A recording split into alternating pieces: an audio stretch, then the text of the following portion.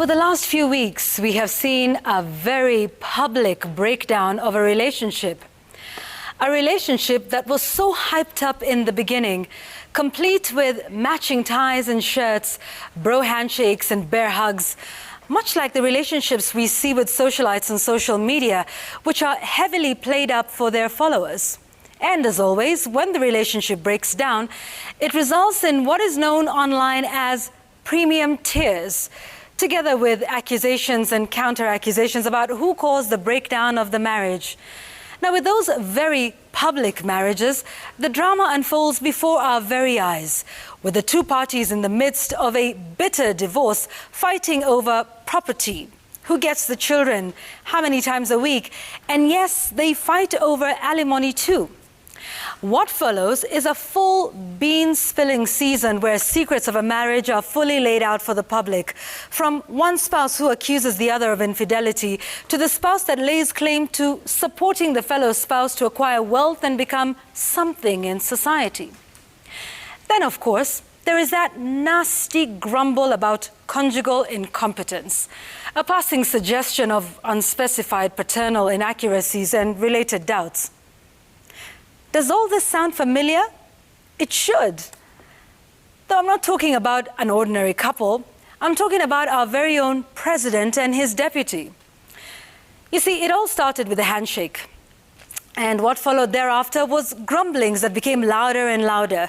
Soon enough, we heard the deputy president blaming the entry of Raila Odinga into the relationship and destroying the home, to claiming credit for all the good the once vibrant bromance he shared with President produced, while blaming all the bad on the entry of the so-called foreigner into the relationship.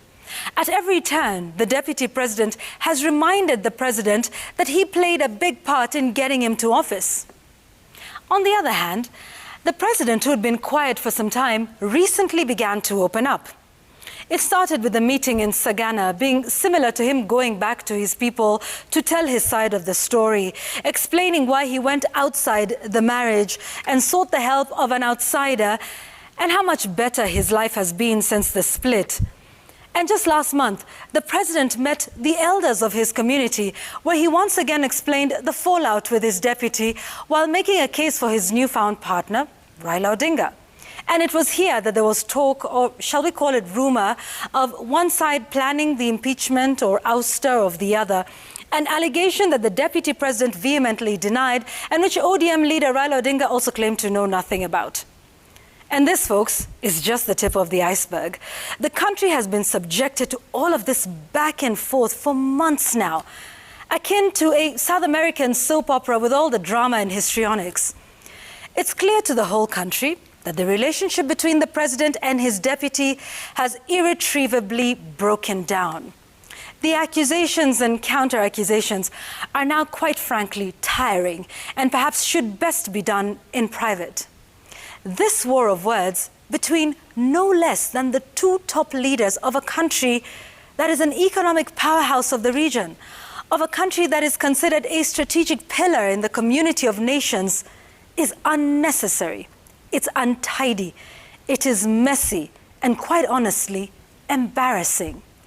In any case, in our politics, which has been dominated by the very same faces for decades, politicians come together, break up, kiss, and make up, and who knows, the two might one day reconcile, which is what makes this whole bitter war of words quite unnecessary.